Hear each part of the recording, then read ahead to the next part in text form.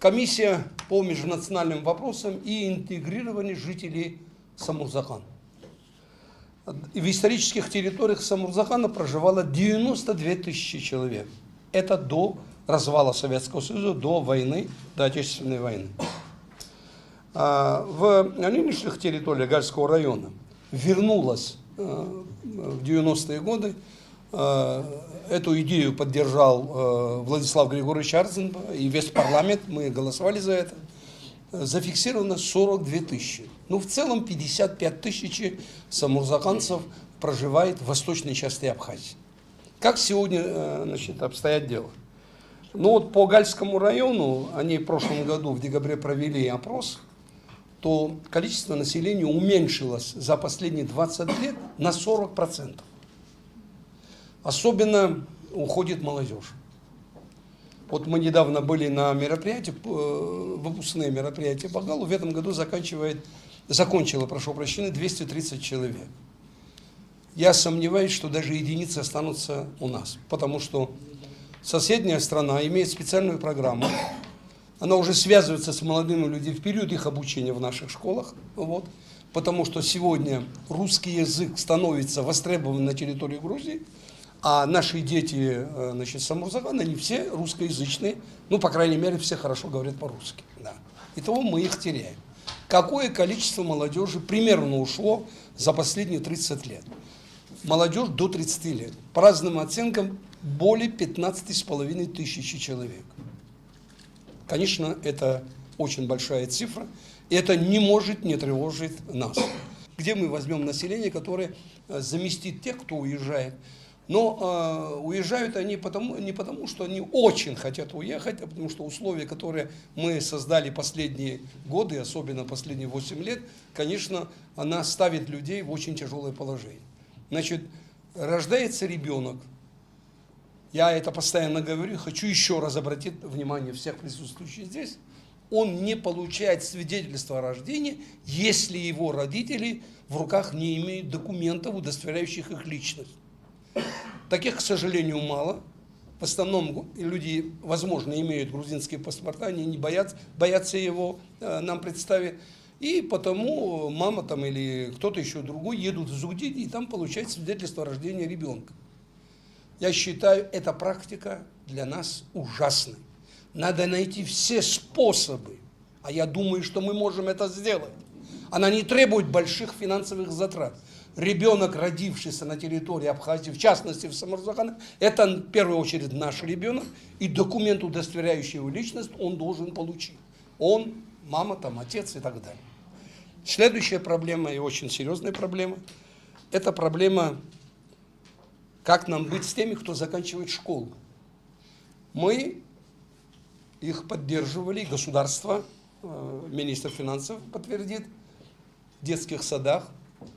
Значит, немалая сумма мы тратим для того, чтобы ребенка кормить. Это школы на оплату педагогов, на содержание зданий, сооружений, системы образования. Она требует очень больших денег. Итого мы тратим большие деньги на них, и потом мы их теряем. Значит, я считаю, что выпускники школ без ограничения, без проблем должны получать общие гражданские паспорта Республики Абхазия. Да, закон нынешний существующий не позволяет нам этого.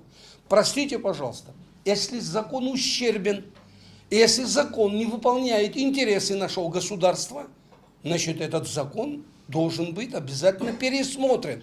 Следующая проблема – это возвращение исторических фамилий. Я, насколько помню, еще старый состав парламента эти изменения приняло в закон о гражданстве. В первой половине дня прошло одно заседание. Здесь 28 присутствующих депутатов, 22 проголосовали за изменения в законе о гражданстве. Во второй половине дня, не знаю, какое количество там присутствовало, но это отменило. Значит, получается, что парламент раздвоился. Первая часть приняла решение, вторая часть его отменяет. Насколько нам известно, не знаю, я не ручаюсь за достоверность, но вето на первое решение парламента президент, значит, не наложил. Коль нет вето, значит, через 15 дней, насколько помнится законодательство, я могу в чем-то ошибиться, оно автоматически вступает в силу. Значит, это закон действующий. И не надо людей мучить. У нас более 1700 желающих восстановить свои исторические фамилии. Тарбаевцы на Тарба, Зухбаевцев на Зухба, вот, значит, Иналишвили на Иналыпа и так далее. Это ведь мы с вами решаем. За нас никто его решать не будет. Я понимаю, что в обществе есть люди, которые это не воспринимают. Но этим людям надо объяснить. Мы все это делаем не потому, что нам это так хочется, а на самом деле какая-то справедливость должна существовать. Если в свое время политика Берии и Сталина буквально за считанные дни сделали нас всех грузинами, то кто нам помешал 30 лет вернуть историческую справедливость на тот уровень, на который вообще требуется? Мы были звандривши на общем собрании села. Один из выступающих, а он был возрастом под 90 лет, по фамилии Агрба, Азамет, выступая, сказал следующие слова. Он сказал по-абхазски. Баба Вуртова Убрейн Хоса Мурзакан мюки кухцаров шмыцгыс изду абсуаху.